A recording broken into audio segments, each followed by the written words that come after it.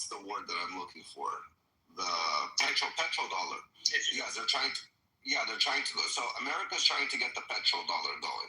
So my question is right now, was it to free the Iranian people this war, or was it to the petrol dollar? So okay, it wasn't. So so it wasn't to free, and that's what it's about. Free Iranian people after. No.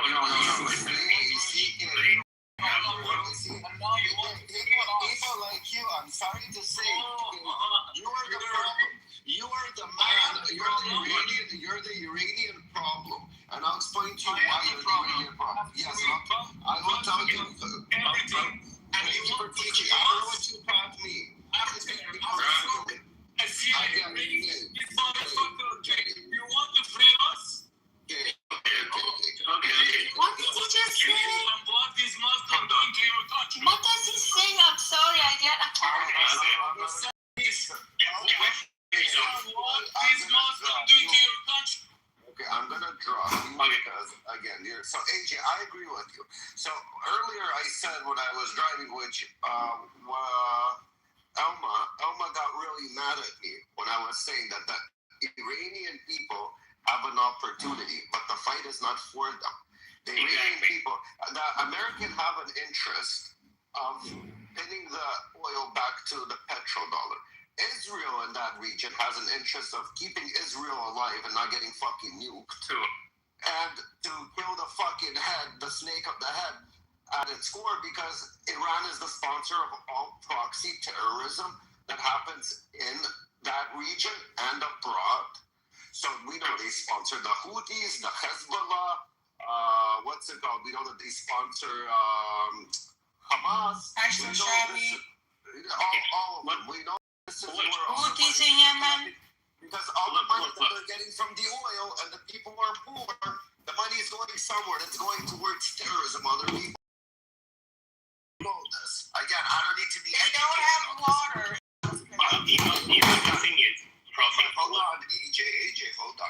So the thing when I was saying, Iran is doing it, America is doing it for its interest. And Israel is doing it for its interest. The Iranian people have the opportunity to piggyback of the interest of Americans and of the interest of Israel so they can take back their country. You see, a person like Kay says, I taught you. You didn't teach me jack fucking shit. You're nobody to teach me nothing. I think he was drunk. Okay? He doesn't teach nothing. People like that, when I hear I have to come and help him, he's expecting a red fucking carpet, boots on the ground of Americans, this cocksucker.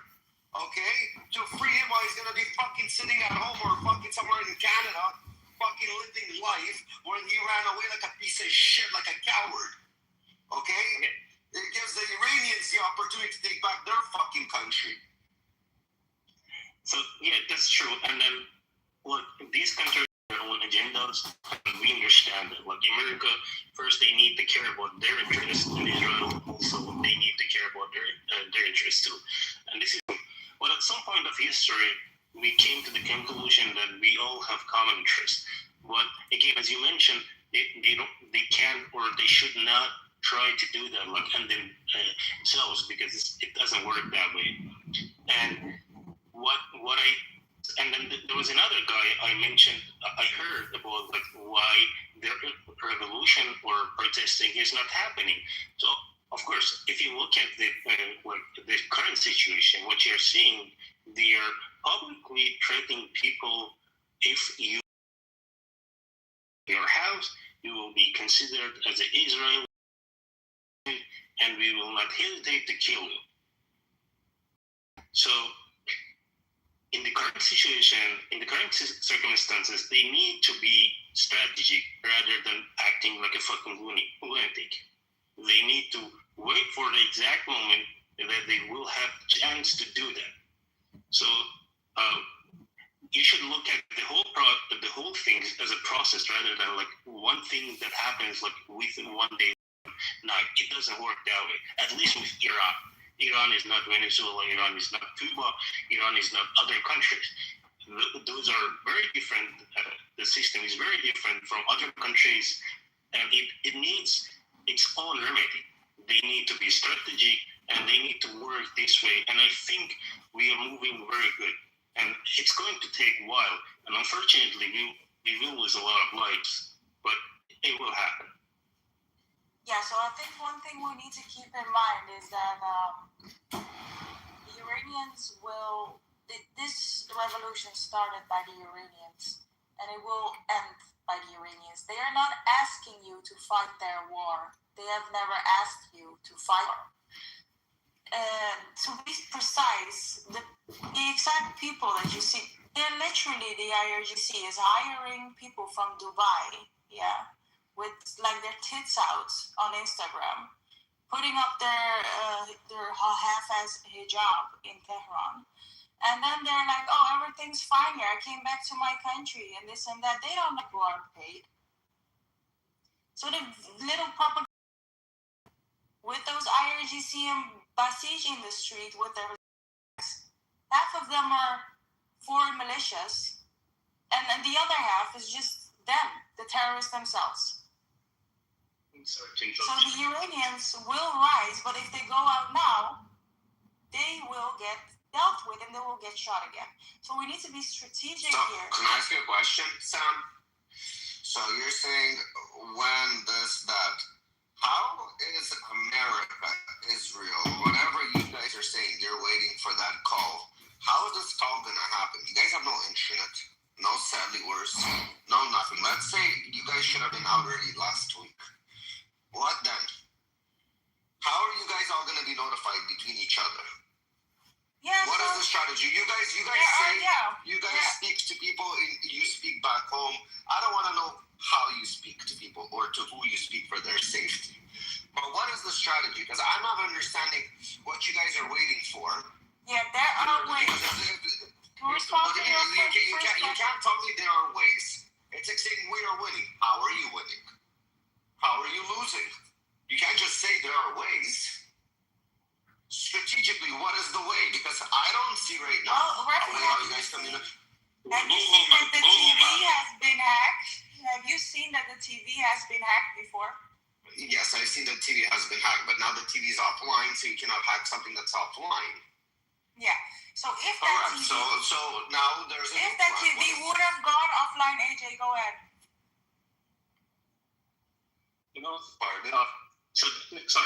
So this system requires like continuous effort to the point that they are so with the people outnumber them. As of now, we are basically we are too many, but we don't have like the weapons that we require. So we need to wait for the moment that they are probably financially weak in terms of like the numbers they are weak. For that purpose, we can basically start our procedure. And as part of like the internet things, there's continuous effort that people are doing, including myself, that we're trying to restore people's connection. Even with the severe censorship today, you are seeing we have still managed to connect people to the internet, and we have connection with them. I want to answer Rafi about this. Is it okay, Rafi, if I continue for 1 minute here? Yes, go. Okay, so this is what I said. Great question. Actually, this is a $1 million question, a multi-million-dollar question. So with the situation we are at, how could this be on a path towards winning in a sense of removing Islamic Republic and winning the Lion and Sun Revolution? Okay. So I first of all think we as a public should not know a lot about it at the public level, but just like imagining or talking about things right now. I think when I look at the situation that these people are basically, have taken over the streets, and the streets. So now we're thinking about the people cannot be on the streets because, there are like stops every, like 60 stops from, I don't know, somebody was telling me, and one long road there in Tehran, there were like 60 stops before he went home. Anyways, so the streets are now taken over by these manic idiots that are on the streets that you see on the TV. So it's not in the hands of the people. in order for the people to win or to go towards that path, the winning path. Release your country. Be quiet. Be quiet. Let me just. Let America release your country. What? She's Okay, I'm We'll take the audience for now. Okay, so then on that path, you need to recapture the streets. You know, the same streets that you came to during January time. So now you need to recapture this street and then go and capture the buildings, etc., etc. So for that to happen, I think there needs to be extra help. There has to be extra help because right now we don't have weapons. We have a very determined population that is ready for the call, but the call cannot be made if the streets are taken over by the Islamic Republic. Do you get what I'm trying to say? So it's a complex situation. Whether we should be talking about complex situation, but and Rafi, hold on, AJ, once again. When I just spoke to Kay, the way Kay made it sound, and I might be retarded, right? It might be just me, but I'm pretty sure everybody heard. He taught us. We did this, we did that. Like, he made it sound like we owe something to the people. No. He doesn't sound, we don't know I the told you. No, I think Kay was trying to say something. He doesn't know how to bring the message. Let me talk to him. Oh God, please, Kay, I think your English might be... No. Alam, my English is good. Yeah, it's actually better. Yes, you're right. I'm sorry. I apologize. No, I'm not gonna say anything. We are the same. I'm sorry. Hey, I was trying to tell you about what happened before. And what Persian people, Iranian people... we don't need to know what happened before, what happened yesterday. Okay. We want to know what's happening now and how it's going to affect us tomorrow. That's what when you graduated, why do you dress up like that? When I graduated... Can you tell me? I don't think it's Hey, this is not relevant right now. Yeah, again, I'm not going for metaphor. Again, we're not doing metaphors right now. Right? This is like a very metaphoric question. We are people. We are all connected. That's what I'm trying to tell you. I don't think it's a good What is that gonna hurt you? What did I tell you? Okay, but what is it got to do with if you have kids, they're still gonna graduate. Look, I've not seen how you dress up. So then what you're saying is, so then if we don't understand... Rafi, I don't think it's a good idea to bring him back on stage. Listen. Hey, I'm gonna Listen. let me explain to Kay. I just want to tell you what you want to do to the whole world. I don't need you to tell me what you gave to the whole world. I don't give a fuck about your history. Okay? We're starting to stay on fucking topic.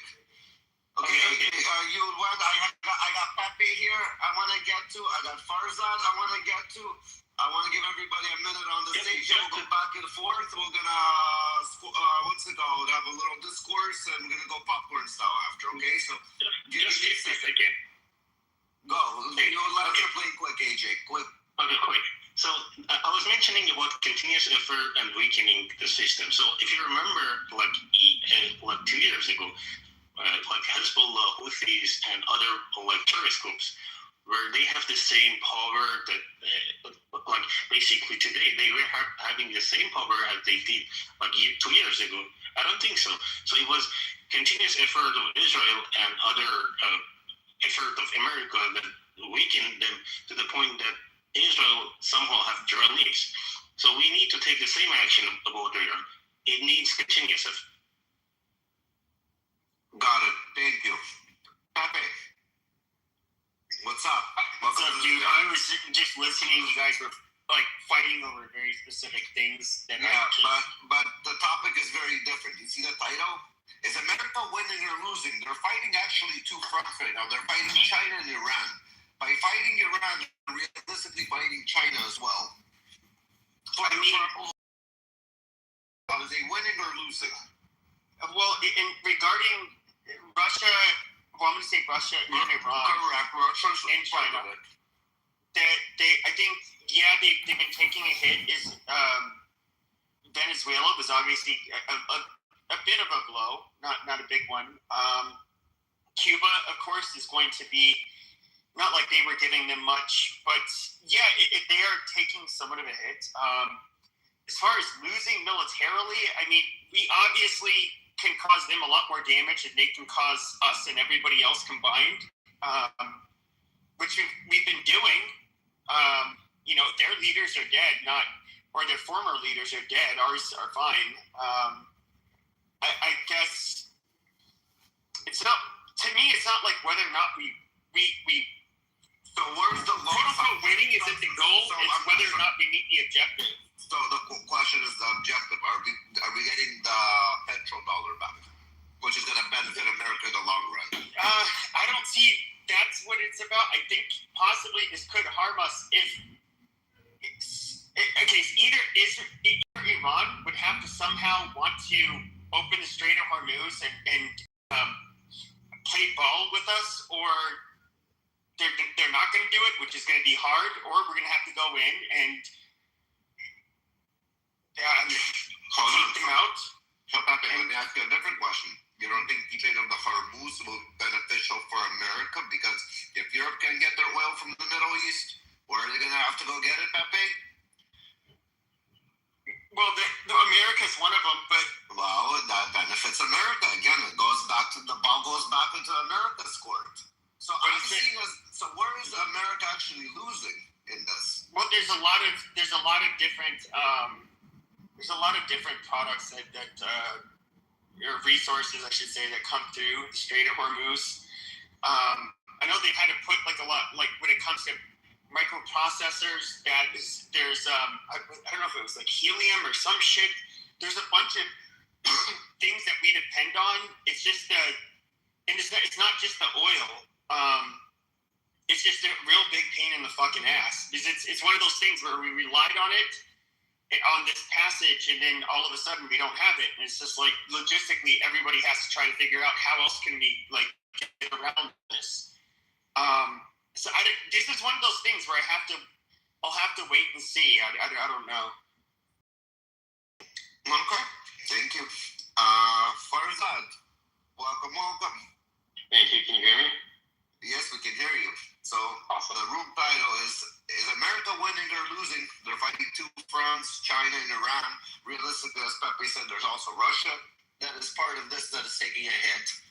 And what do you think America's position is? Are they on the winning side or on the losing side, in your opinion? So I guess my understanding is that the objectives for the U.S. when it comes to Iran and Iran's regime is the nuclear threat, the ballistic missile threat, and the proxy or the terrorist threat, which they're the number one sponsor of terrorism around the world.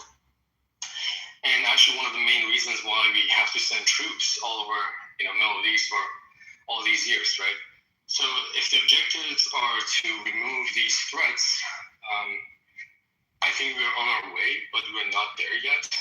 And in my opinion, the only way that you can achieve these goals is to actually get rid of the regime in Iran because of their ideology. I don't see any path where they would come and concede things and now they have their hold over the Strait of Hormuz, which is now an extra problem, right? And that, in the short term, I think U.S. is benefiting from, the situation in the Strait of Hormuz. I think for many years, the Iranian regime did close the Strait of Hormuz in 1988 during the Iran-Iraq War, and the U.S. military back during Reagan, decimated their Navy and opened the Strait of Hormuz.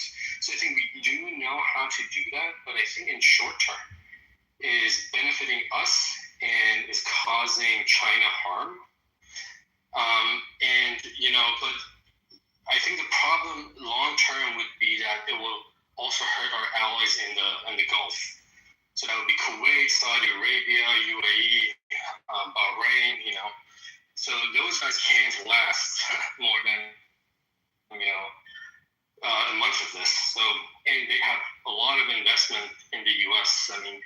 Just like when Trump became president, he went to the Middle East with these guys. They promised over $1 trillion of investment in the U.S. So I think in the long term would be a problem for our allies. And I think unless they don't get rid of the threat, we can't really say whether we lost or won.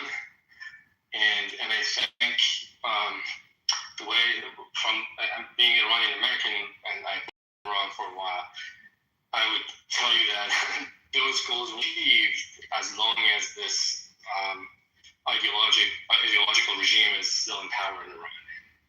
And so that, I think, the only way to get rid of this threat once for all is to overthrow the regimes on that.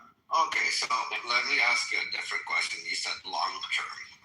Anybody else wants to speak except me from the mods? By the way, one thing I want to say real quick is there are way too many pink tickets out in the gulag and all that stuff. And so if you can, just click the join now button up at the top next to the room name.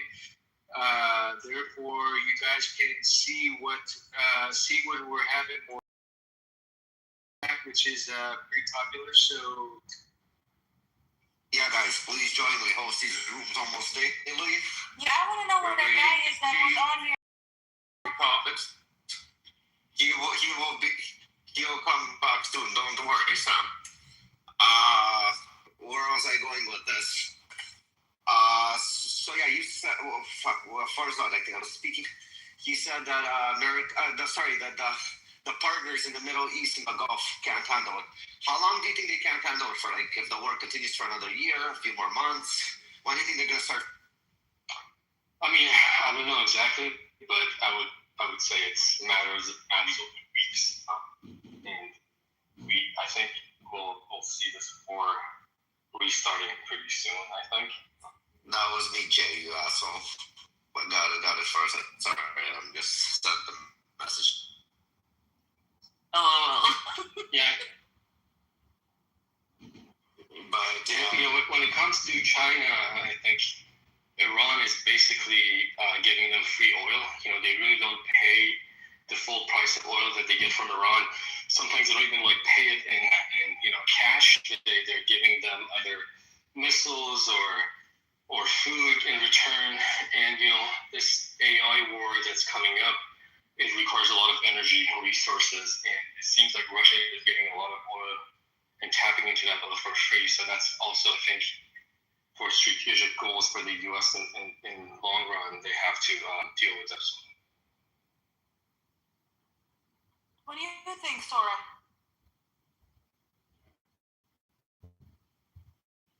You were talking a lot, Sora, just a minute ago. These bloody sons of bitches, they're going to kill everybody. The Zionists is evil, sons of bitches. Okay, before we go back to Soren, we got somebody new on the stage. We also got Herc. Hello, Herc. Hey there. This is my first time speaking. I've been on Clubhouse for a while. I feel the propaganda war, which you didn't ask, is being won by the people like myself, who's American, have been posting them up on Twitter and trying to discuss, win hearts and minds, that this is more than just a conflict between nations. This is a case of sovereignty, whether a medium-sized country with powerful allies can survive being gobbled up by an evil superpower intent on destroying their banking system so it can be absorbed by the elites. Are you Indian? I'm half Portuguese as well. Oh, okay. As far as the battle that will go on. Sorry, 1 second. Are you half Indian, half Pakistani? No, he said half fuck you call it? Portuguese. Dude, Portugal had colonies there, dude. Yeah, Macau. I know. As far as the battle goes, I don't think that America can win conventionally, but I have a hypothesis that the Americans and the Israelis and the Western powers are so arrogant that they won't allow any kind of obvious defeat. I fear that they will set off battlefield nukes. There are 60 unaccounted for backpack nukes and half a dozen to a dozen unaccounted Well, can I ask you a question though? Because you said that we couldn't win conventionally. Now, I will only agree that I do think that the American people. Now, if you look at the polling, this doesn't look good for Trump since this war has started, and I don't think the American people, and Trump knows this, have the appetite to send their sons into a war like they did in Iraq, just a couple years after 9/11. However, there's no doubt that if we wanted to go into Iran and absolutely fucking obliterate them, the United States alone, we could obviously do it. We would just have to want to do it. So hold on. So, Herc, you said if America wants to win, what do you see a win in America's eyes? As an American, that's what I'm curious. Okay. So, what do you see as a win for America? For the poor and the middle classes, there is no win. For the elites, though, just using all those weapons, they're going to stick it to the taxpayer. And all that chaos favors certain billionaires. And their last names, do they end with Stein and Berg? Okay, but let's go back just one moment to what I was saying. I fear that off nukes in the country to have an easy victory. But the other way they could have an easy victory is they could contaminate Iranian water supplies.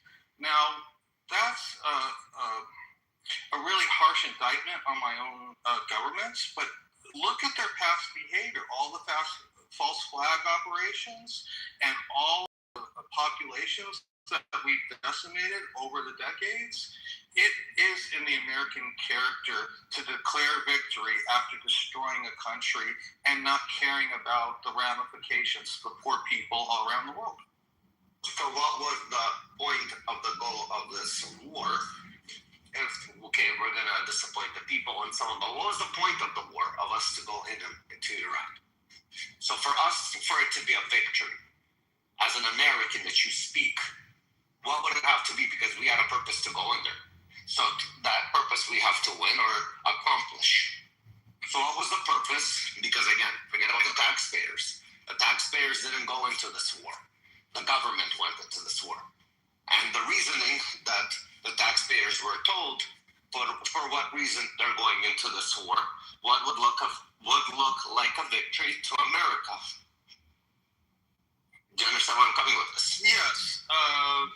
Just bombing it from the air probably won't be enough for the PR, because there's too many intelligent analysts that can cut it down and say, hey, look, wait a minute, the petrodollar went way down, Israel didn't get their objectives accomplished. But if they fracture the country, whether it's that nuclear weapon or the contamination, they don't have to lose many troops to accomplish that, and they can just pick up the pieces and look at the strategic value of a fractured Iran, how many pipelines they can put in the future once they convert us, and I do believe this is going to happen, to digital ID. When that happens, there's going to be almost no activism because people will be so afraid of being debanked or not even being able to have any type of resources other than what they can beg, borrow, and steal. One second. Hey, do you speak you speak Indian, okay? Pashto, Dari, anything? You understand anything? No, my father died when I was young, and his family got slaughtered by we're not going to calm down. Okay. Can you stay off topic or you're gonna move down? Yeah, so I just want to asking if you understand. No, the question is America winning or losing? Fighting two fronts, China and Iran. That's the question. Stay on topic, please. Can I say something? go. Okay, so I think you asked the question whether it is winning and then you asked what the winning for America looks like. I think the winning for America, very, very impactful, a complete win, which I think it is achievable, is that the Islamic Republic is no more in power in Iran, and the power is in the hands of the people, and the Lion and Sun Revolution. This is not because I want that. I'm just telling you, I think the picture for the win for America and the whole world, in fact, is that it's like when you ended the World War II. When you enter that war, the winning picture for you wouldn't be like, some appeasement policies in the middle and just say, like, you know what, we fought for 1 year, okay, well then, that's enough, we come back like 10 years later. You had to finish it. The Hitler had to be ended. The Nazi had to go. And so you finish the job. And so with the Islamic Republic, I think because the issues are beyond the border. So for me, the winning of this effort going after Islamic Republic, from what we know after the 7th of October, prior to that 9/11, throughout all the lies and the killings and everything, the January showed that they don't have any mercies for Iranians. I mean, it was open to the world. Everybody saw that. So I think that will be a big win for America, for Israel, for the world, and it will be a great win for Trump. And I think he can earn it. I think that now anything else less than that is not gonna come out right. I mean, I'm just sorry. There is no other way but not having Islamic Republic in the picture. That's been my biggest my biggest reason for why I was against him attacking Iran. So, and the reason being was not because like the IRGC fucking sucks. We all know that they're horrible pieces of shit. I hope they all get stomach cancer and AIDS. But at the end of the day, it's just like, okay, we start this conflict, then there's obviously they're lobbing rockets and drones everywhere. They take the Strait of Hormuz. Now the problem is, it's like, okay, well, now it's almost like there's a predicament where Trump kind of has to finish it, or else it's what does he actually accomplish? No, what's the reward? The reward of finishing it, though. No. I said if he finishes it, and that's where people like myself are incredibly skeptical, and we're like. And first of all, we can see how he keeps on delaying with these so-called peace talks. Do I think that he's actually? My prediction is that he's not going to put forth the amount of troops and he's basically not going to be willing to do what it takes to finish the war, and so it's just going to be a prolonged shit show. And I don't know what else, to me, this is why it was a lot different. Like when we invaded Iraq in 2003, right after, a couple of years after 9/11, America was still pretty patriotic at that point. Today, we're just so different. And you can look at the polling. The president is like not doing well. I think Trump wants to, personally, find an off-ramp out of this conflict as quickly as possible. He doesn't not want to be involved anymore. 100%. You're absolutely right. And before we know if the United States is winning, we have to know why the United States got involved in engaging this war. Was that the war of choice? Or was, according to many Republicans, pro-MAGA movement, was actually drawn to this war, dragged to this war? According to Marco Rubio, the Secretary of State, he literally said that on the record that the United States acted because Israel was going to strike Iran. I do agree. I agree that this has all been published by both the New York Times and Wall Street Journal. Yes, there was, which by the way, Israel was very conflicted. The Mossad drafted up an idea.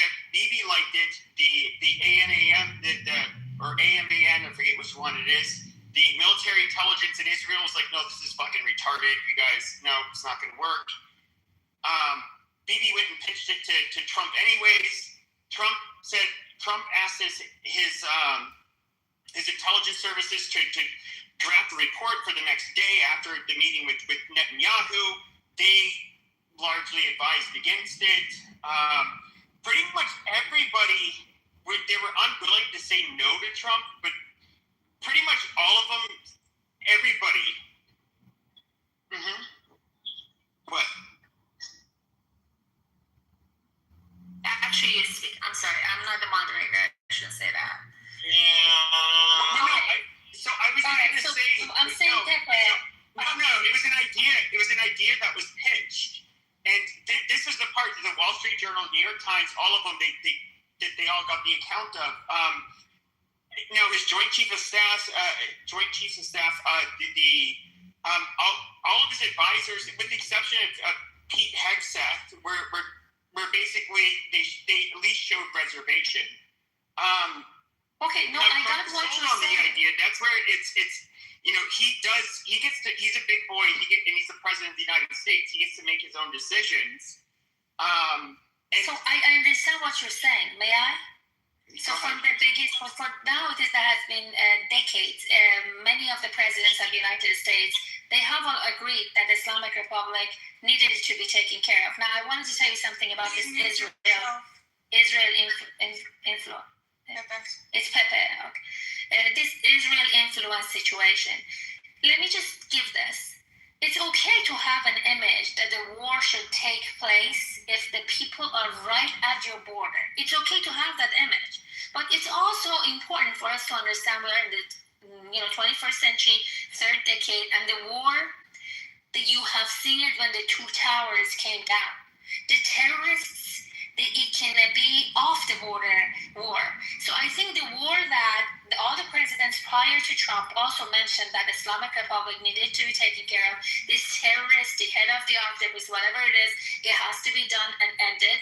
So I think that is itself, within itself, it creates the terrorist. So no, I don't think it needed the Israel influence. I think Trump is doing this for the security of the United States. And you know what? So better. Because Israel is alone in Middle East. It is the truth. I mean, we cannot deny that. Sure, I think that I don't. Do you get what I'm trying to say, Pepe? One second. I need everybody. Mods. JAALE's trying to go get up. I've been sending him an invite. He's been raising his. Could you guys try getting him up here, please? I'll look at it. It's too rich to accuse Iran. Well, hold on, Soren. I wanted to respond to her, bro, really quickly. So, when it comes to, okay, I get it. The IRGC has been problematic. They've killed at least a couple of thousand of troops, almost all in the Middle East. They tend to only, at least so far with the U.S., they've only targeted military or government, buildings or personnel. Which obviously is inexcusable. I'm not saying that makes it, better. But Pepe, if they were in reach of civilian infrastructure, would go for civilian infrastructure? I don't know because we haven't seen it. Well, we've only seen it. Hold on. Forget about 9/11. During the Ramadan, where did Iran send its rockets, and what building did they hit in Dubai? I don't know. It was the U.S. Embassy. No, it was a hotel. It was a random hotel with regular civilians. So if they could reach random buildings, they would hit random infrastructure. So if they were in reach of American civilians, innocent civilians, if they were in the reach, Pepe, because as I always said, Israel is basically the shield for America. As long as Israel there, all the rockets are going to fly towards Israel. Israel is going to be gone. The next rocket they're going to be trying to build is the one that's going to be able to fly to America. And that's when you guys are going to have to go in. So if your hate is more harder than... If your hate is so strong that you would rather see Israel eliminated than to take out Iran, that's already a problem on you. But Iran needs to be taken out today, or it needs to be taken out tomorrow. The question is, when are you going to do it, and which government that you guys are going to put in place has the balls to actually say, let's fucking do it? But I see, that's the difference. This is where there's like a fundamental difference between our beliefs, or at least opinions. I do think that Iran doesn't like us, but I'm going to say the level of hate Doesn't like you? Yeah, they don't like the United States, but the level of hate they have for Israel in particular is a next level. They literally want you guys.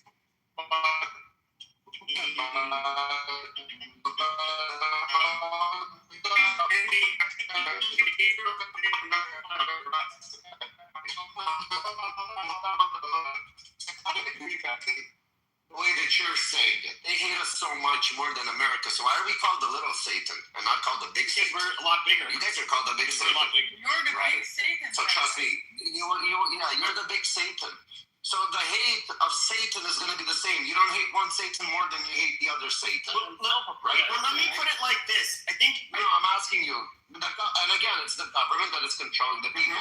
The people might like you, Pepe, that you heard on the stage. But if the government is evil the way that they have it, doesn't matter whether people like you or not. The rockets get pressed by fucking government officials. Those buttons. No, I get it, but I think but I think the IRGC is smart enough to realize this. Americans can wake up and become very patriotic like they did after 9/11. What we can do is if you decide to launch a rocket at us, do anything to us, we will go and we will fucking destroy you. You will be fucking obliterated. You guys will be hung just like Saddam Hussein publicly. Like that's gonna happen. Pepe, hold on. I agree with you. 100%. Let me have fun with this whole shit. I agree with you 100%, Pepe. You have to be fucking retarded. No. I'm gonna say you have to be retarded to go after America. But the fact is, they just showed you they don't give a fuck that you're America. They're still gonna fight you. So if they're gonna fight you with sticks and stones, imagine when they're gonna fucking get that nuke. Yeah, Pepe. And they're not gonna fight you anymore. If they like genocide, yeah, I get it. But if they want to be genocided, they can do. If that country was something not to worry about it, I don't think the first flyby they should have rolled over, and because of their great. Because if you Pepe says that Iran is not hostile enough to America. It's very hostile to Israel, but not hostile enough. So he feels that. I tell you, Pepe, again, I said at the beginning, the image of the war that actually can be actualized, it can happen, has to change a little bit, maybe in your mind. That, maybe, yes, they're not hostile as much like Israel towards America, but the fact of the matter is, they are terrorist center. No, And a terrorist center sounds like terrorists across the border. No, I agree. I agree with you. No, I agree with you. I think that it's not that. I think they do actually hate Israel more, but the bottom line is they realize we're the 800-pound gorilla in the room, and you just don't fuck with us because we will absolutely fucking destroy you if you put us in a corner. Look, Iran was actually cooperating with the United States in 2001 with the Bush administration to topple Taliban. It was Iran's intelligence provided to Americans in 2001 to topple Taliban. Iran at the beginning of the Saddam invasion was actually helping Americans. Oh, big lie. That's another big lie. That's a big lie Javad Zarif said. And that was a mistake. Let me just make my point. No, you don't have a point. You're Javad Zarif agent. You're a liar. This is fucking Israel. Hang on a second. Iran was helping the Bush administration at the beginning. And the reason was very clear because Iran saw Taliban. And it's So that's why Iran is Don't They put Iran as an axis of evil. Iran was cooperative in 2001. they were cooperative, Come on, man. but that was a Iran mistake was not because they created vacuum cooperative. And in that's a Iraq. big... Okay, all right. We can talk about that if the people want. We can talk. I have documentation. That's a big fact. It was a fact. Can I say something? I have some. You liar. Okay. Who was helping IRGC? Hold on. Wait, let Farzad talk. He didn't get his turn. Yeah, sorry. Okay. It is true. The enemy of my enemy and all that. That Iran, the IRGC might have helped the U.S. in Afghanistan and Iraq, but that was our mistake as Americans because we created this power vacuum in Iraq, and IRGC, they knew what they were doing. They wanted to destroy those governments in both Iraq, with Saddam Hussein, and in Afghanistan so they can fester their terrorism there. And look what happened. No, I agree.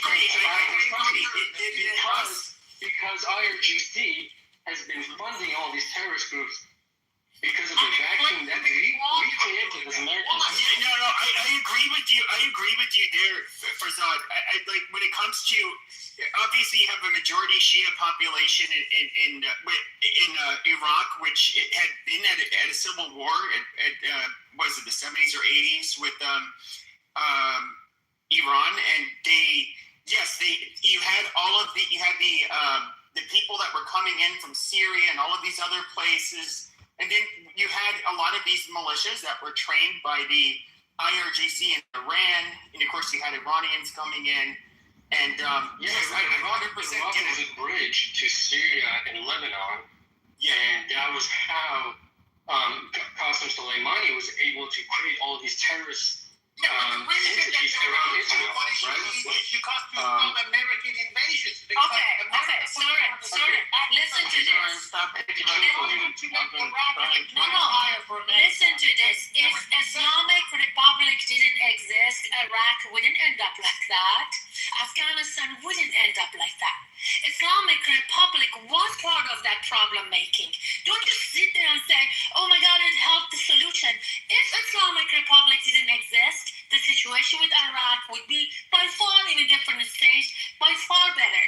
And Afghanistan, even Javad Zarif himself said that. Oh, we were at the table when they were making the decision for Afghanistan. I mean, you gotta know what happened there. And about Iraq, the same thing. I mean, Islamic Republic lives off of chaos. Okay? Now you're telling me he helped with the solution. I'm sorry, they create the problem. But you can't deny that we fueled it. We can look at the revolution. Calm down, Javad Zarif. One second. Everybody, calm the fuck down. Hold on, Kay, shut up. The moderator say calm the fuck down, so everybody have to calm the fuck down so Rabbi can talk. Love you, Ocean. Okay, put the Hebrew hammer down.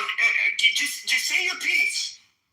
Everybody, simmer the fuck down. Shut the fuck up. Shut up. You dropped the Hebrew hammer, faggot. Shut up. I'm gonna fucking shoot him down right now. Okay, guys, first, do it. I wish you can do it. Are you guys all retarded? Like, I don't get it. You guys are drinking the water that gentleman, like, Herc, recommended? Hold on. Let me talk to Father. Father, are you here right now? Yeah, right here. Can you do a quick room reset? And I want to go back into queue. We got some new people on the stage. I just want to go and ask what their opinions on the title before we go back into popcorn style. Sure, let's take a moment, and if you have a pink ticket, to go up to up there where it says the war room. There's a join button. What I've been doing in the background is basically adding everybody. So in case, for whatever reason, you don't join the war room, I can still ping you. So, anyways, the topic here is America winning or losing, fighting two fronts, China or Iran? That is the topic, and that's what we got. And we actually do have some new people. We have Alan, Grace, Joe, Farzad, Cyberpunk, and Kay again. The one rule that is, it's kind of one of those, is one speaker, one mic at a time. So let's just keep it as simple as we can, okay? Alan, you can go. Okay, hold on. No, it's Grace. I'm gonna go by my PTR right now that I'm looking. The queue is Grace, Alan, Joe, and Cyberpunk, since we already spoke to Farzad. Grace, how are you doing? Welcome to the stage. In your opinion, is America winning right now or losing? Since they're fighting two fronts, they're fighting in Iran, but it's really a fight between Iran and China for America. And what do you, in your opinion, win or loss? Well, we're always going to be on the loss side because we should be taking our time and creating a coalition and seeing what we can do with others as opposed to the past, as we have, the United States, we're going to win, well, you know what? There is such upheaval throughout the world right now that who are allies, who are enemies, who's going to do coalitions behind people's backs? Are we willing to let these countries fold? Are we willing to put our troops out there right now? I mean, there are incredible amounts of questions before we jump ahead and say, what should we do? We need to have a coalition. We need to meet with others throughout who are allies and start talking about strategy before we just walk in and start shooting. And we have made many mistakes in the past 50 years of running inside and start firing.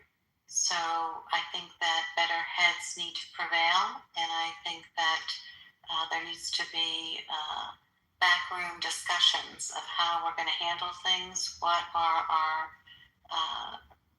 the ways in which we're going to proceed, and what are the guardrails to not just get in there and start shooting. Hey, by the way, one of the things I want to say real quick is if Christopher Freeman wants to come up to the stage, what I would recommend is get out of the room and then come back. Same thing with Jebediah Smith. I see you've got a green check mark, but for some reason you're not up on the stage. So that's. Yeah, guys, if you're having issues and we've been sending you. Yeah, they're just turning off the hand raising right now for everybody that wants to come up. Hold on. Oh, you're BB again. Good morning. Hand raising's off. Like, what's up, guys? Hand raising's off. Whoever wants to come up, and then I'm going to turn it back on. So you have the minutes. Yeah, everybody will get the opportunity to jump on stage. Sorry, I'll pick your first round. Yeah. Are the mods done? Can I go? You want to unlock the stage? Mr. Allen, you have 5 minutes to go. Go ahead, please. Ellen, go ahead, Ellen. Yeah, Pepe, nice. Pepe, were you just coming right then? It sounded like you were. I did. That's the only reason I had a man. It's the only reason I had a man voice it for one time you've heard. Sound like me at all with your. And it sounds like the testicle has finally dropped. Who said that? Right here. That was a good Ellen, now you have 10 minutes. Go. Okay, all right. Between 1984 and about 1987, look up the tanker wars. We kicked Iran's ass then and forced them to stop the war with Iraq, to which Khomeini said, "This is a bitter pill. It's worse than taking poison to be forced to stop the war." However, during that war, the IRGC was laying mines throughout the Gulf. One U.S. warship got hit and literally almost split in half. A tanker was hit, though because it was so big, it barely caused it. I mean, there was a hole in the hull, but they're so big, the fact that compartment flooded didn't do anything to its ability to continue to sail, and it continued on. There were other skirmishes. They were attacking. The U.S. attacked some of their offshore oil rigs. They attacked other ships. There were some air skirmishes. And then at the end of it, the U.S. won. They did it before. We did it before. We can do it again. And we will do it again.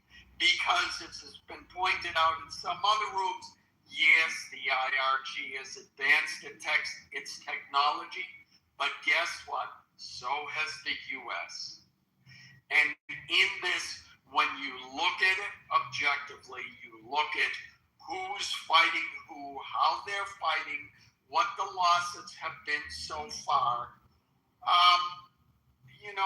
When Trump says, I don't want to do it, but I can destroy a civilization, which is what he meant was destroying the energy structure and destroying the bridges, not killing everyone in Iran. That's what he meant, destroying bridges and energy. He can really do it. And that would be the end. Right now, I'll end with this. Right now, it's the economic war. Gee, who's going to shut it? Who's going to shut off the Strait of Hormuz? Well, back in the 80s, 60% of the oil came of the world's oil and natural gas came from the Strait. Now it's 20%. The economic fallout from this will be much, much less. So yeah, Iran is screwed. Alan, let me ask you a question. Hold on. Alan, at this point, dude, hold on, Alan. At this point, it's not even 20% anymore. Yeah. Saudi Arabia is pushing up to 7 million barrels a day through the Red Sea pipeline. So it's not even 20%. The Saudis. Yeah, I mean, let me respond. What I got back when I did my search is that they're still straining to. So the other countries kicking it in, it's still not enough to make up for it. But in the long term, he could bomb Karg Island tomorrow. And yes, it would affect the world markets, but they would recover. And other countries like Saudi Arabia would be able to do it. The issue is that, and this came up, Iran produces not light and not heavy, but middle of the road. And each of the refineries is geared towards and set up for the specific heaviness of each oil coming out of a particular country. So we could get oil from Venezuela, we get oil from Saudi Arabia, et cetera, but there would be that period where, okay, we need to readjust these refineries. But that would be overcome. I have a question. I just ask a question because, I think what I heard Alan say is that America's got all this technology, the biggest military in the world. We could destroy that civilization if we want, and also we don't need the oil because we can get it from other places, right? And I'm just trying to connect that with reality right now, which is that, the technology or the military difference between Vietnam and America. You went in there to kick out the communists. You left with the communists in control. Afghanistan went in there to kick out the Taliban. You left with the Taliban in control. We can go over and over where America's been like, do you see how big my military is? Hold my beer. And then mission accomplished. We don't have the Soviet. We don't have the Soviet Union. To the topic. I'll speak to the topic. We don't have the Union though anymore. I disagree that China is one of those fronts. China and Russia are America's closest allies. The two fronts America is fighting is between Iran and all of the Western allies. Those are the two fronts, and they're losing on both of the fronts. And I'll land with this, Alan. I agree. It is an economic war, and guess who's going to win? Iran. They're holding all the cards. So hold on. The mic's fucking retarded. Turn on the radio. Hold on. Increasing Venezuela's oil flow is going to take at least 10 years. And that's if you can find an oil company. Okay, I'm going to mute you for a second. Retard. Pape, quiet, first of all. You're going to get your turn, Cyberpunk. Yeah, my question is, Alan, to you, what is a win to you in this war specifically? That's the question. What is America's win? So if they do claim victory, what is the victory that they're claiming? We're thinking about Trump. Katie, shut your mouth. I keep putting you in. I'm speaking to Alan. Speaking to Alan. Or tell him shut the fuck up. Okay, I'm going to tell him to shut the fuck up. You're going straight to I'm going to start teaching you how the RGC would teach you. You're just like you were not in Tehran Square. I can't hang you there. Go. Did Cyberpunk leave? Oh, you're still there. First of all, one bombing run would just completely destroy Cargill. Second of all, I said it would take some adjustment. I think I spent about a minute talking about the problems that would occur if we stopped getting oil from Iran. But humans have this weird adaptability put into their genes, and I said we would figure it out. So if you want to continue to promote this gloom and doom that it's at the end of the world, thank you. You can believe that. I don't believe that. Now, to answer your question, And Cyberpunk, I'm trying to bring you back up on stage. I don't know why you went down. Sending you invites. If you want to come back up. To answer your question, the first and foremost, the win is when, and Trump has made it very clear multiple times, we want that nuclear material back. That's the first win. He keeps harping on that. I don't know why people get like, well, geez, why are we there? Why are they there? He said it multiple times. Maybe you don't like listening to Trump. That's the first condition that I've heard. Second of all, and I've been in enough rooms, and this speaks to the other point. Oh, the communists, we didn't win against communism. We didn't win in Afghanistan, et cetera, et cetera. That's all bullshit. Specifically in Afghanistan, we had, for 20 years, it was a much freer society. And because, and this I have to pin it on both Trump and Biden. If we had stayed there, and we only had 3,500 soldiers there, we've got like 35,000 in South Korea. But if we had stayed there, it would be a more open society. But to the larger point, I'll make this quick. Iran was a Western-style country before the IRGC came in. Persians, Iranians never saw themselves as the more religious-based society that other countries like Saudi Arabia do. So if you eliminate the IRGC, the Iranian people themselves want a more freer society. You can't say that necessarily about Afghanistan, though they did, while we were occupying there, they did see some of the benefits of that. So the difference is the Iranian people themselves. They overwhelmingly want those freedoms. And as a side benefit to everything else that Trump is trying to get out of all of this, if as a side benefit, if the IRGC is gone, and we have a new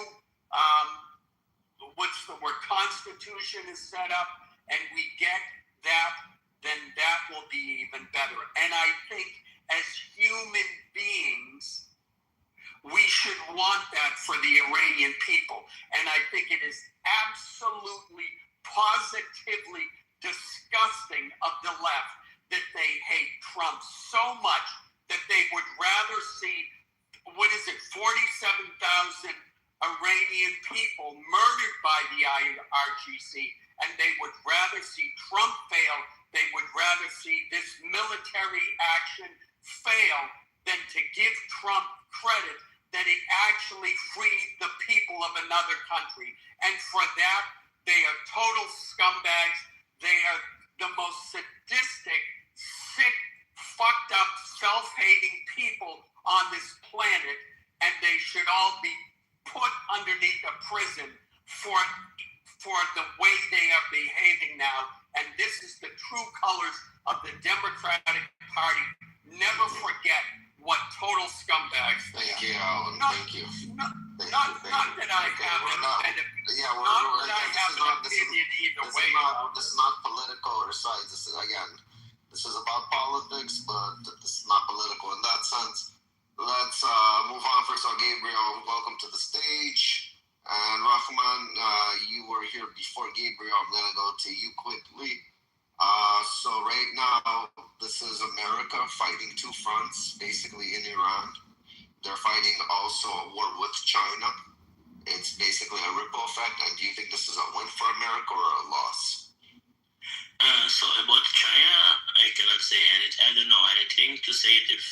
is winning or America is winning or no, but towards Iran, economically, military, America now already won because IRGC cannot pay the salary, cannot pay the salary to his own people, cannot pay the salary to the nurses, cannot pay salary to doctors, and the rest of the society. So the people in Iran right now, they didn't get their salary for several months. They didn't get their bonuses for several months. So it's already lost for Iran right now. So I think it's the end of it, for IRGC. They're gonna keep pressure on it till everything will be collapsed. And from the manufacturers, petroleum manufacturers, it's already everything is shut down. So they cannot produce any oil because they cannot send it. Well, there are no reservoirs. Hold on, Bree, 1 second, Bree. Rahman, land your plane quickly, please. So oil because the capacity is full and they have to shut down all the. So what's the one that you're seeing America has right now? What's the one? My question. They collapse their economy at all. They don't have even money to pay the salaries. Their economy was collapsed before America even went in. That's why they had the protests. The riot went down hard prior to the protest. That's why. No, it was not this much. It was not this much. Doesn't matter. The people were already sucking dick. I'm sorry to say. So my question is, what did America win right now? America has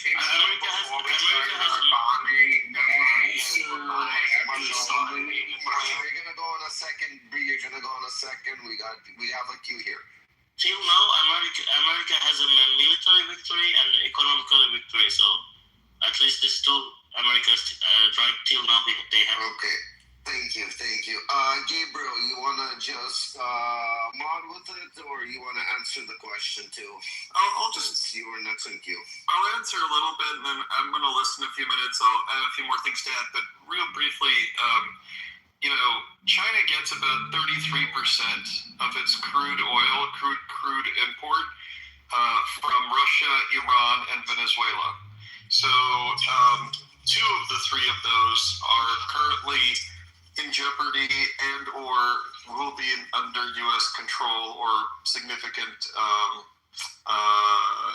impact. So that's kind of one way the U.S. is being strategic about what it's doing with its conflict with China. Thank you, Gabriel. Okay, next we have in queue is Wakas. Welcome, Wakas, to the stage. Oh, and you flash your mic. You want to go? No, I was trying to get to the chat. Sorry, no problem. Wakas, welcome to the stage. Always a pleasure. Same question goes to you, Wakas. Is America winning this right now or losing? They're basically fighting Iran, but America's fighting two fronts. With the Iran war, they're basically fighting the China war, the future war to come. What do you think America's winning or losing right now?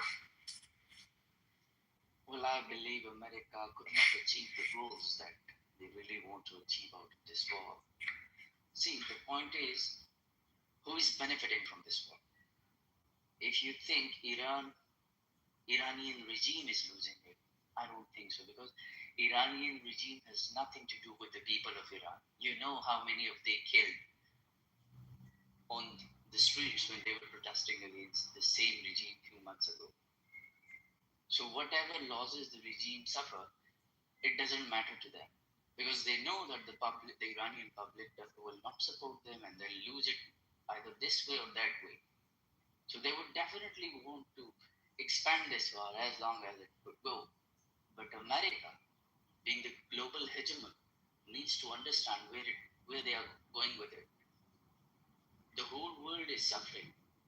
And whether they were able to achieve the goals they really wanted to achieve out of this war, I don't think so. Because the goalpost has been changing now and then. So I personally believe America is not winning this war. I'm not saying they are losing it, but they're not winning it as well. Robbie, can I add something on to what the gentleman just said? Of course. Okay. Yeah, I think there's some truth to what you said in the sense that I don't think the war is won. I think that is correct. And I think there's also truth to what you said, where the war is certainly not lost and the U.S. is not losing. But I think the United States is massively winning, as is Israel. And I'll say that, this war started, you can argue that it started 20, 30 years ago. You can also argue that it started on October 7th, because the Islamic regime of Iran openly on video, like top senior leaders have recently again confessed that October 7th was an extension of their policy, that this was their people, right, their proxies that started October 7th.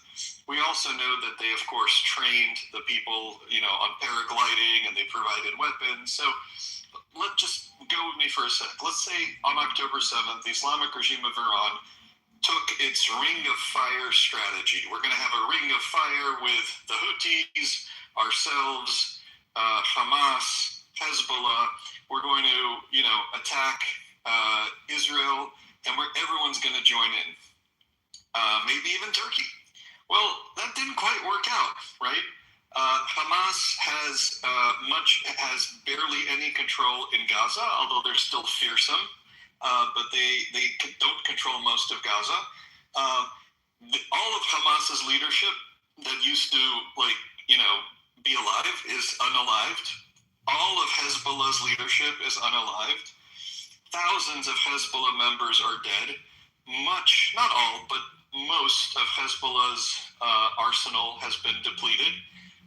The Islamic regime Iran spent billions of dollars doing this.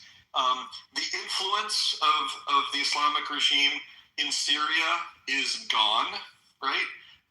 The influence of the Islamic regime in Iraq is much smaller. Lebanon, the government of Lebanon is begging the Israelis and anyone else who will help them get rid of the rest of Hezbollah. The Christians in Lebanon are wanting to secede. There's a whole area of Syria which just voted of the Druze that voted to join Israel. And I don't know if that'll happen or not, but they want to be an autonomous region that's pro-Israel. We're trying to stick on America. Yeah. No. I get it. But this is a huge win to America. That's my point.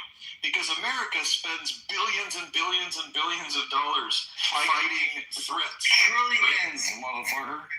Yeah, fighting threats all around the world. We spend so much on intelligence, as do the Israelis, and we have lost certainly hundreds of millions, if not billions, on attacks and foiling attacks and preventing attacks. So this is actually a pretty big deal.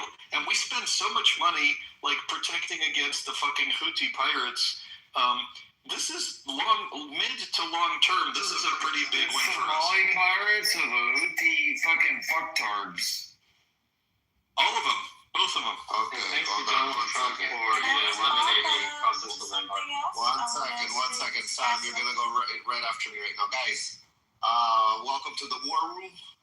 Great to have you all, guys. I need people to cash in their tickets in the audience. The ones with a little pink ticket, please go cash it in, top right-hand corner. No, if you need to know how to do it, it's at the top of the room where it says the War Room. There's a little arrow. You got to click on that. It says join. You'll be able to exchange your ticket in there. Please cash in your tickets. If you're up on stage, the only way you'll be able to speak is if you cash in your ticket and you're a member of the house. Yeah, and on the topic of some people, usually it's the same people. It's the IRGC supporters, the Hezbollah and Hamas supporters that are saying this, where they're stating that America is coming for the oil and that is their only objective. As we know, there are surely America does have interests there to do future business with Iran concerning oil. But we should not forget that the Islamic Republic right now, for the past 47 years, has used this oil money not for the people of Iran. More so, they have used this oil money to fund proxy militias and fight proxy wars in the region, which you can see now. Saudi Arabia is not happy at all, right? Yemenis are not happy at all. The people of Lebanon that do not support Hezbollah are not happy at all, right? In Syria, same thing, and in Iraq, the same thing. So where did that oil money all go to for 47 years? So, the point is their children are living abroad, living lavish lifestyles, while people in Iran get suppressed for not wearing their hijab properly or not being able to wear it. What was her name? Messa Massini? Messa Massini or something? Massa Amini. She got killed at the police station because she didn't wear her hijab? She got thrown what? The front door? No, she got thrown in the bus so hard probably. In those buses and all because she wasn't wearing it right. She was wearing Guys, stop interrupting her. Oh, yeah. And Sam, we're trying to keep it on America right now. For at this moment, I want to see America is in Iran, so this is the same thing, dude. 1 second. We have a queue. 1 second. Let Sam just land her plane. Yeah, please. We're trying to keep it right now more in America. So these proxies, that is where the oil money has gone to for so far. And of course, the families that are living abroad and, living lavish lifestyles. Thank you, sir. Can I add something very important to what Gabriel said about the Ring of Fire? We should thank Donald Trump for, killing Qasem Soleimani for the Ring of Fire not working. As well as the IRGC. But what do you think about all the generals taking over the IRGC and Iranian control? I'm coming to you. I don't care right now for the IRGC and the Iranian control. My question, you're on stage. This is your turn to speak. And stay on topic because I need you to stay on topic. Is America winning or losing? Fighting right now in Iran, it's a fight basically on two fronts. It's a China and Iran war right now for America. Rafi, can I answer within 30 seconds? Beautiful. All right. Within 30 seconds. All right. So our blockade of what they're doing right now, the Kursk Island, where they have all their reservoirs, where they pump all their oil and reservoir in the tanks. But their tanks are full. But now they're about to have to shut down their pipelines. And if you shut down a pipeline on an oil rig, it may never turn back up on. Okay, but again, it doesn't tell me, are they winning or losing America? Yeah, economically they're winning. And again, was the word to go in economically, or was the word told that they're going in to free the Iranian people? Well, I mean, the generals that are in IRGC that try to control it, they're basically a switch bait. Dude, I hate the freaking Shia, bro. Again, forget about Shia, forget about who you hate. I asked you a question, is America winning and losing? Because then I usually follow up with the question. Hey, I'm going to tell you right now, when I use the word hate, I think about you when I think about Shia. I want everybody to continue to frustrate Rafi. Nobody answer the question. Nobody answer the question. I love how you said you think of hating you. Because of me, I'm not you think of Shia, but I'm not even a Muslim. It's weird. No, you're a Corsican that's also French. I know where you're from. The Corsicans are probably the most anti-Islamic people in Europe. Can you continue to not answer the question for at least 10 minutes? I want to see if we can make Rafi explode. This is crazy. Nobody can. Okay, I want to go to Muhammad. Muhammad, quickly respond. Rafi, let me respond to Gabriel quickly, please. go, Marcus. Thank you. Okay, Gabriel, I agree with the fact that the current Iranian regime is the biggest perpetrator of terrorism and militancy in the whole world. There's no doubt about that. But what about the 90 million people? They do not want to represent them as a Persian civilization. Well, of course. And I don't think anyone's arguing with that. Okay, so let me tell you why I believe America is not winning this far until now. For the past 50 days, America couldn't achieve what they really want to achieve. See, a regime change means that you dig into the grassroots level, you eliminate the whole mindset, the whole administration. Let me ask you one quick question. I don't want to interrupt you. I just want to have a quick question. But was America's official goal regime change? It never was. No, the war has already started. We are in the discussion. No, I understand. But if America's stated goal was not regime change, then why would you say that they're not winning the war? It was the enrichment, the uranium enrichment. Then we heard multiple times from the American administration that we are going for the whole regime change. No, actually, we didn't officially say that was our primary goal. It was the uranium enrichment. But with this regime, do you think the uranium enrichment would stop? It's not going to stop. Actually, it has been massively disrupted. I don't believe they're further enriching, and I think uranium, and I think we've been able to destroy some of it. I mean, they did kill like all of their scientists in like bomb, a lot of their facilities. I think there's no doubt they definitely sent them back. It doesn't matter in war. Yeah, it does matter. What do you mean it doesn't matter? It does not matter unless and until the whole purpose is eliminated. I get what you're saying. I get what you're saying. People like me who've been against this joint Israeli-American attack on Iran, I do think that if you cannot get rid of the IRGC, you ultimately it's I wouldn't say that's a loss. We killed a bunch of their leaders. They couldn't do anything to us. We fucked up their navy. We did all of that. When it comes to the winning bullshit, that's stupid. But I guess somebody like what I care about is, did we actually affect any kind of permanent solution or change?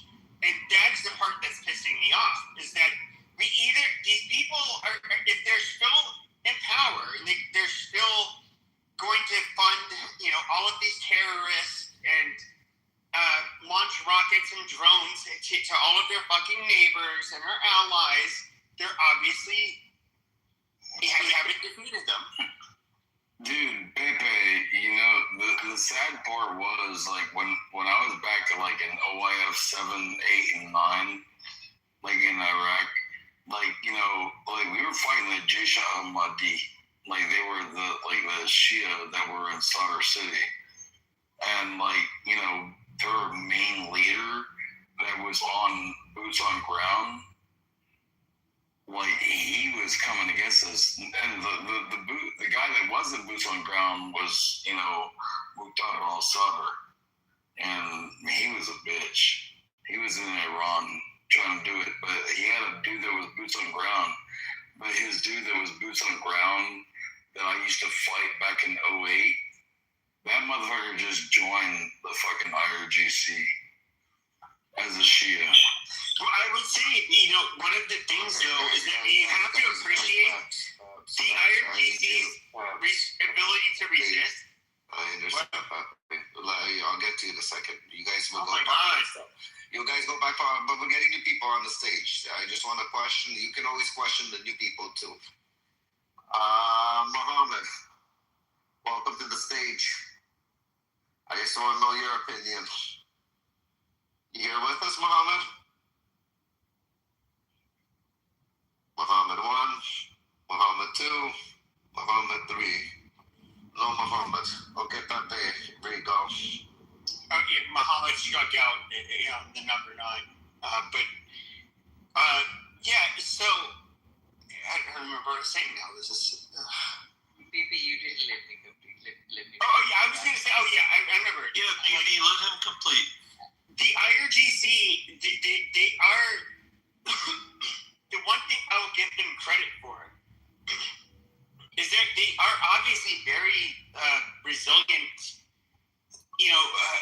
butchers that are in power of Iran. Like there's no questioning that, I would think, at this point. And it's just like, how do you credit? Even after, and one of the things that I found impressive, not because I valued it morally, but like after we wiped out the senior leadership and killed the parents of the leadership, their actual parents. I agree. They just ended up going, still went balls to the wall. Like these are people that are, I don't see how you stop them without absolutely devastating. If you had a picture of King Shaw in your house, they would kill you. PP, the IRGC has turned more dangerous. So, let me tell you what. They've divided into 2 groups. The top leadership is gone. IRGC doesn't need to listen to anybody. They are divided into 2 groups. One who are continuously supporting the war, they should continue. The other, the negotiating team, who are trying their level best to make a breakthrough or make a deal out of it. But all our IRGC leadership are not listening to what they are saying. I mean, the command from the leadership, the remaining leadership, does not reach them. Well, you have, hold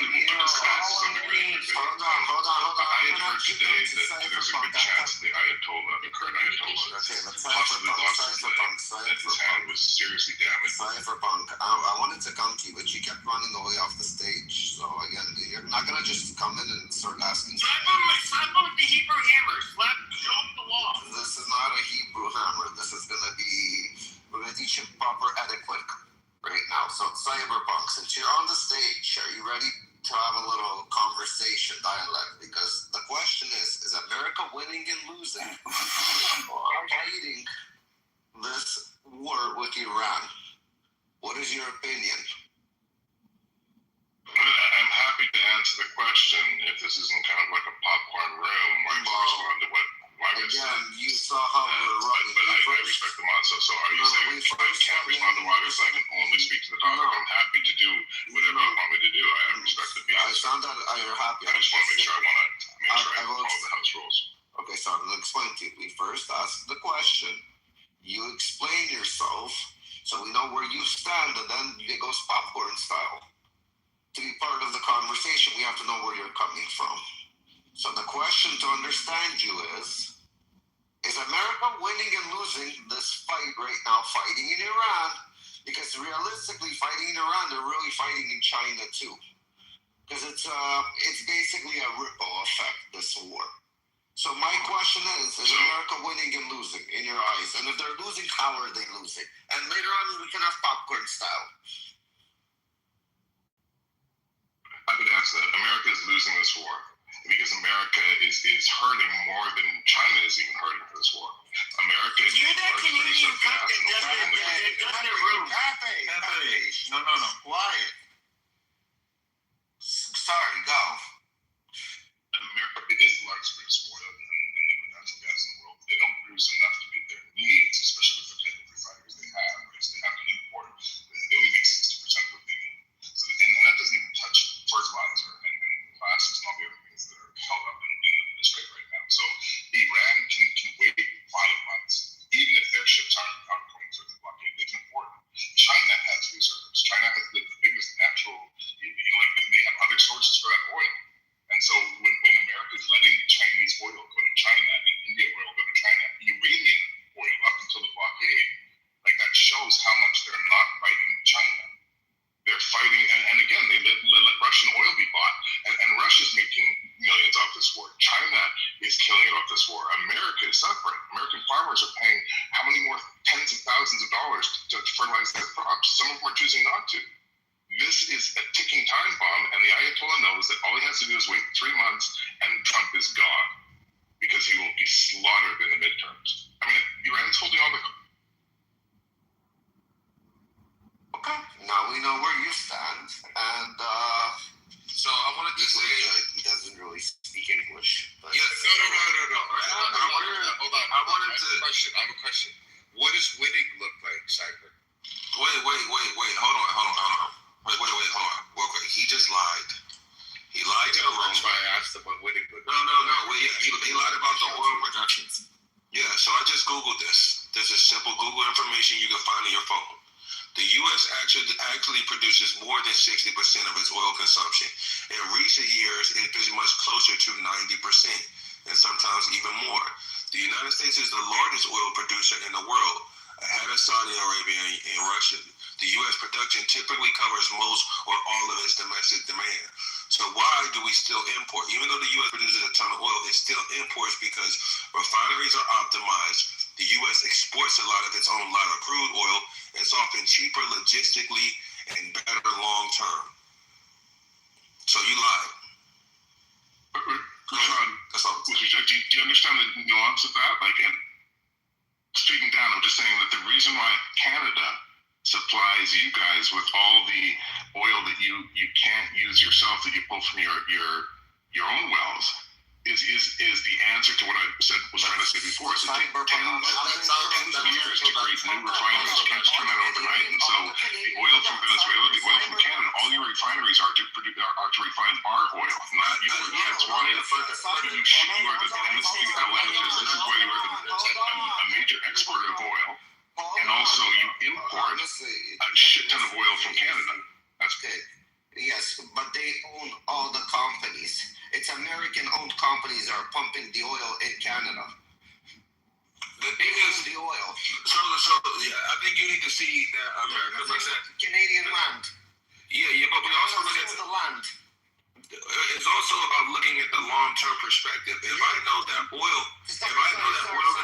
Sorry. You're pumping the oil in Canadian dollars, paying Canadian wages for America, and then Canadians have to buy back their oil in gas, basically in U.S. dollars, where you get fucked on the exchange rate on your Canadian oil. Just to let you know. Welcome to Canada.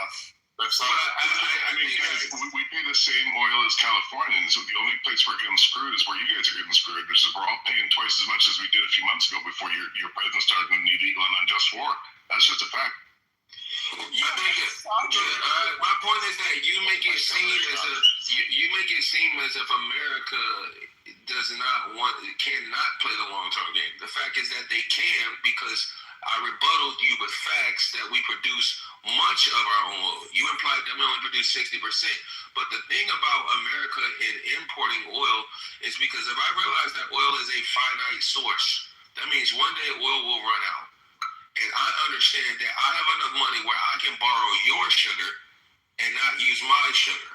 So I, as the biggest neighbor in the neighborhood, as the biggest house in the neighborhood, I'm going to borrow everyone else's sugar in the world until they no longer have sugar, and then I'm going to use my sugar, right? So it's about the long-term game. Those are things you have to consider. If I know that my neighbor will willingly give their sugar away if I pay them, then I'm going to do that first before I use my own sugar. Canada's basically selling off everything now to China. They're selling off, basically, they're coming to eat the rest of our sugar that we had left. That's what Canada's doing. Hey, Ralph, I just have one quick sentence about, I just want to jump in for 1 second. I need to leave, so if I need to add something. I'm so sorry.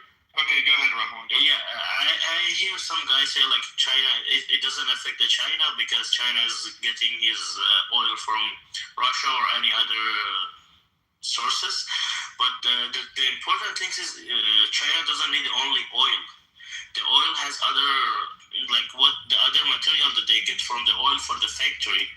To run their factory, they need like ethylene, propylene, methanol, aromatics, bitumen, lubricants, paraffin wax, and a lot of these things are coming. They are taking from the oil, and most of these things, it will be so costly to ship them through the land. They have to be shipped from the sea, and the price of these things, it got so expensive. So John, you can laugh as much as you, but for example, the sulfur, okay, the sulfur for a factory before this war started was each ton was $240, but now each tons are $600. The price got triple time. So China need this for their factories. So when the raw materials got expensive, the cost of their stuff, what they are building, it get more expensive. So it's a big loss for China because the things they are producing is getting more and more expensive, and people less buy from them. So it's a big loss for China also. It's not only oil that they use in the cars or these things. So that's what I. Thanks, Rahman. Super quick, and then we'll go to the next person. Rafi, if you don't mind. Thanks, man.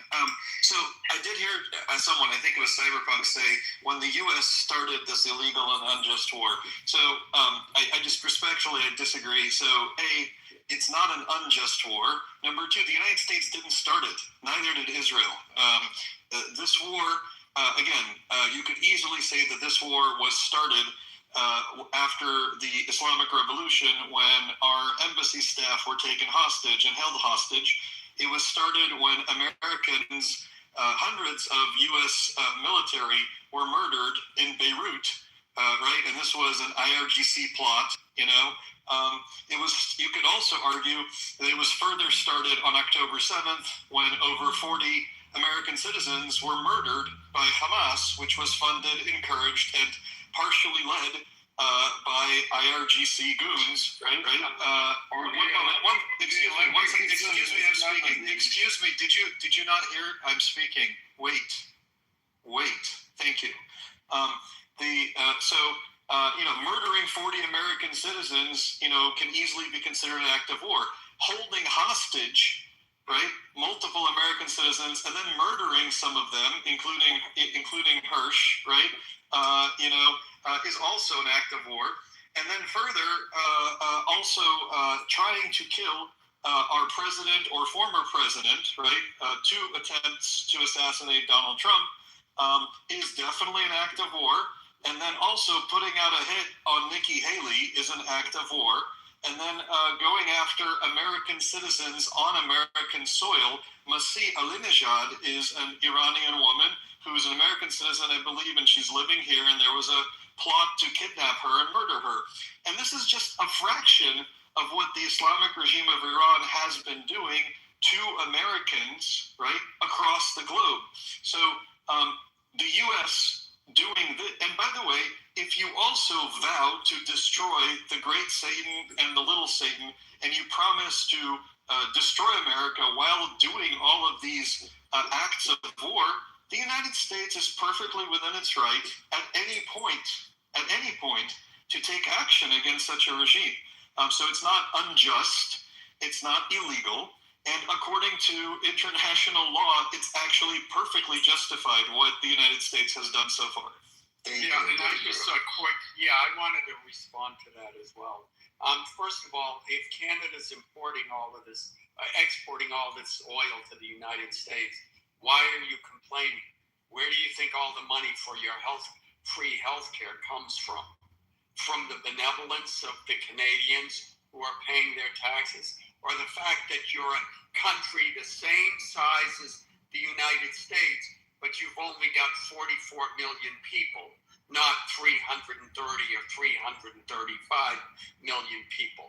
So it seems weird that you're complaining that you're exporting that oil. Second of all, if you're paying the same price as California has probably one of the highest gas prices in the nation for a few reasons. One, there's the taxes per gallon are over $1. I think it's like $1.12, $1.13 per gallon in taxes, and all of barely of any of that goes to actually upkeep of the roads.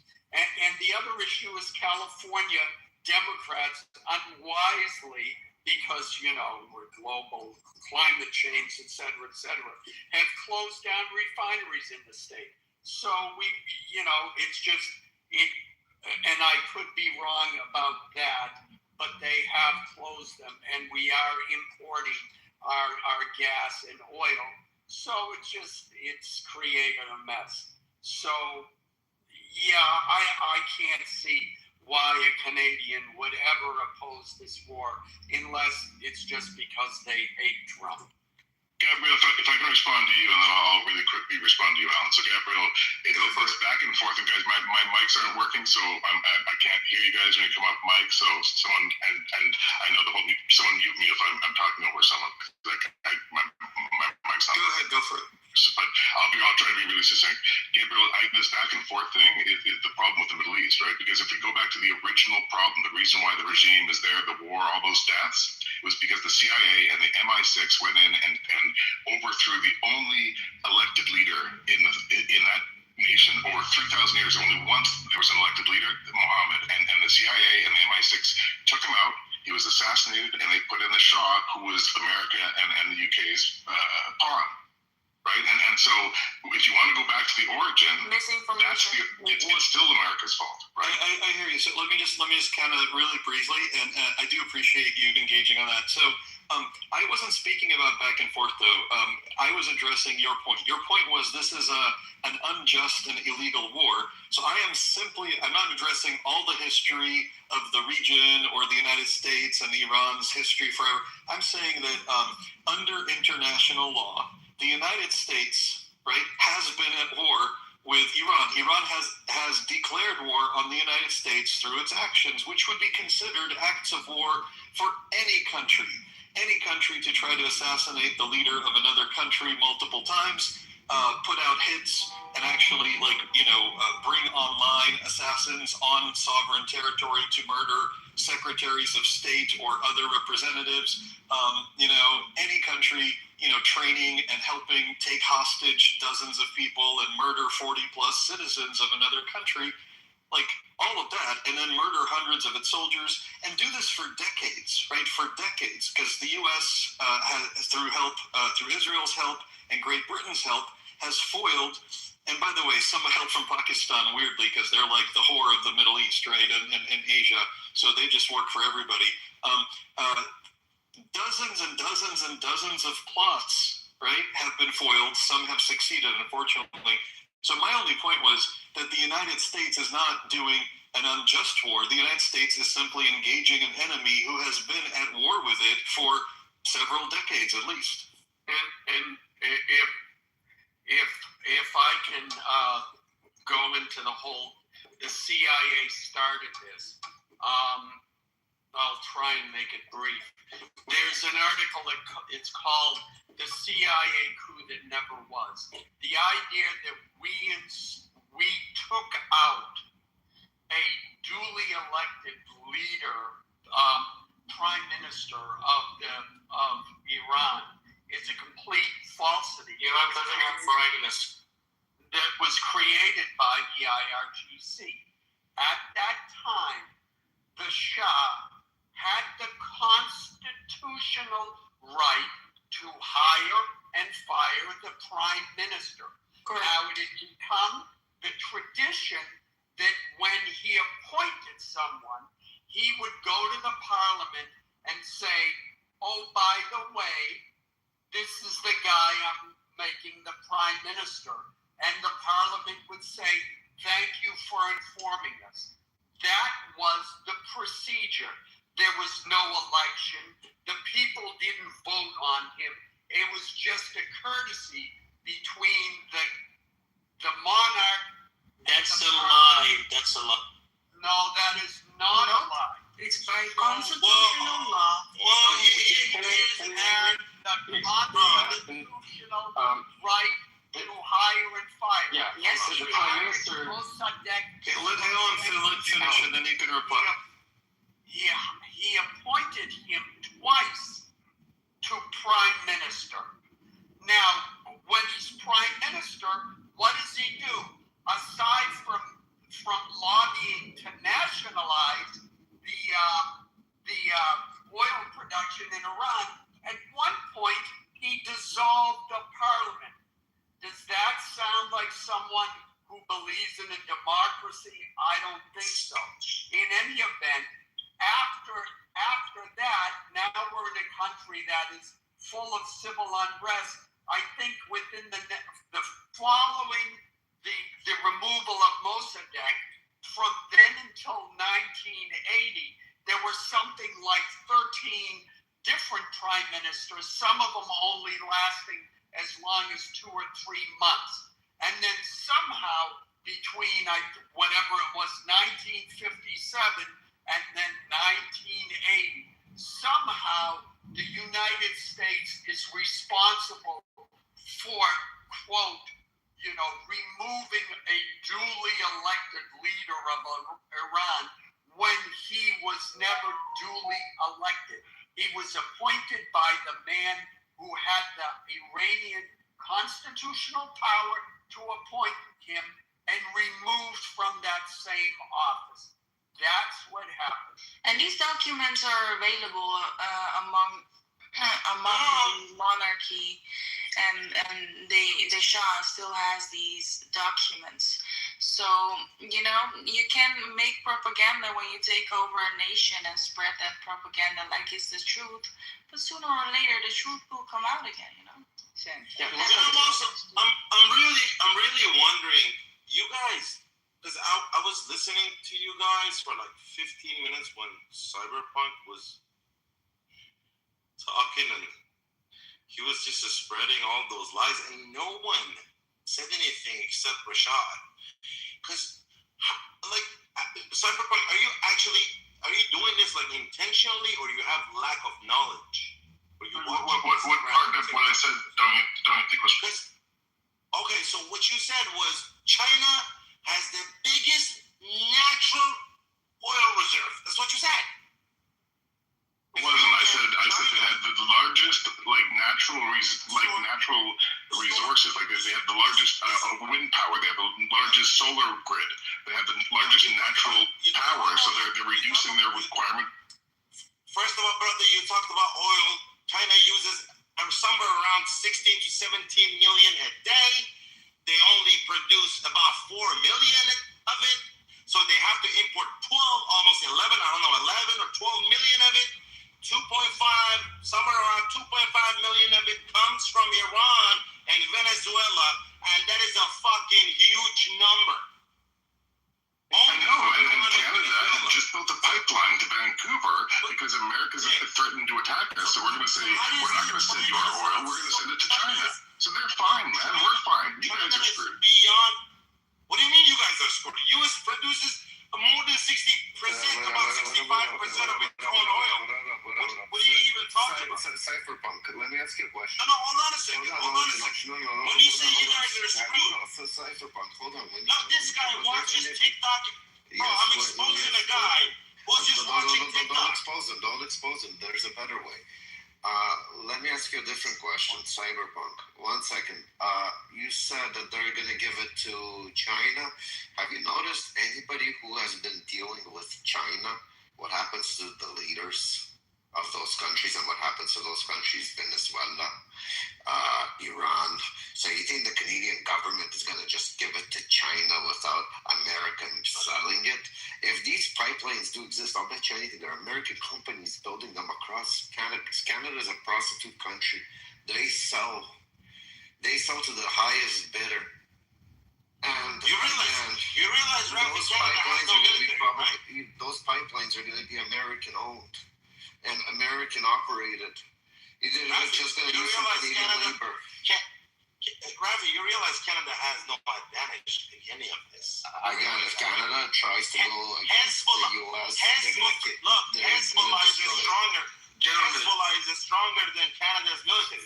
Gentlemen, I think the only I've been real quiet on the stage because I just I'm saying I want to say I love the conversation, and I've been pretty quiet on stage. I just don't like when people say things that are not true. So, and this is to the room.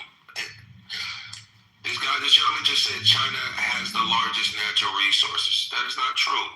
Who actually has the most natural resources. And this is Google information. It is Russia. It's considered number one overall. They have massive oil, natural gas, coal, timber, and minerals. United States is number two, extremely resource-rich oil, gas, coal, farmland, and fresh water. Saudi Arabia has the largest huge oil reserves. Canada has oil sands, minerals, and fresh water. China's strength is in total volume. It is rare earth minerals, large coal reserves, and significant mineral production. You lied again, sir. Like, I get, and this is just like, I get you're twerking for China, right? You know what I'm saying? Because we had conversations before, and I get it. But I mean, you're twerking so hard for China that you're just blatantly lying on some things. You know, I get you're probably going to say, "Oh, I didn't mean largest natural resources." You're going to try to change your words, but just make sure when you make a statement of how insufficient the U.S. is, that you have some of like maybe a cited source that backs up what you're saying. Because actually, what I did was I actually tried to look up a source. Right? Because this is my second time kind of correcting you. I actually tried to look up a source that advocated for what you said. I couldn't find that either. Bro, it's beyond obvious, Rashad. But here's the thing: I don't understand if he's intentionally doing it or it just suffer from lack of knowledge. Let's assume that he's doing it in good faith. He has a different set of information from us, and let's just move on because it's not going to be productive. Well, I mean, okay, so Gabriel, I really respond to what you said, Mission, and it's right. I misspoke. Natural resources, I meant renewable resources, and that was the point I was trying to make. Is that the more? Okay, I had to mute you. Again, the thing is about he goes on a rant, and I fucking start getting confused. What the fuck? He confused the shit out of me. Can I speak to Alan for a moment? Yeah, you can speak to Alan for a moment. Fuck this guy. I wanted to say something, and he fucking literally confused the shit out of me. Well, maybe I'll come back to it. Oh yeah, I remember why I said it. Why he's booty clapping for China is because he hates Donald Trump so hard that he has to justify the prime minister that is in power right now, that is leading his country, is getting into bed instead of with America, and he's trying to stick it to the man. He's getting into bed with China, and China's a communist party. And this is one of those sleepers that they groomed in Canada. This is a perfect example. This person's not a leader, he's a follower. He'll hear something and he's going to regurgitate it. That's what I wanted to say, guys. I'm sorry. So how about you tell them how in Canada, the cyberpunk, how you guys already have Chinese police stations within your own country. What the fuck are Chinese police stations doing in Canada, if that is normal? We have one in New York as well. Well, again, look at New York. What's happening in New York, Kirk? New York is very fucked up. Tell me what's happening in Canada. Tell what else Canada's investing. Oh yeah, Canada's investing into a space station with China. A stupid amount of fucking money. I forgot the amount of money they delegated. Honestly, hold on, absolutely irrelevant, brother. No, they delegated. It's not. No, it's not. Ocean, I'll tell you why it's not. This is going to be a reason for America, if something, to attack Canada, because they're letting China, a communist country, is basically to get into bed right next door to them, which America's not going to stand for, and the Canadian people are going to suffer for it. And he's not understanding that his government is fucking playing the whole fucking country at the same time while he's fucking around with America as a big brother that is next door, where China is very far from Canada, unless they start building and adopting in Canada. And he's from it, and it's a very scary thing how people like that think in Canada. It's crazy. Aren't you getting two pandas next week, and you guys need Trump going to fucking China next week? You guys are fucking China and Canada. What are you talking about? You guys gotta read the news. What the fuck? Yeah.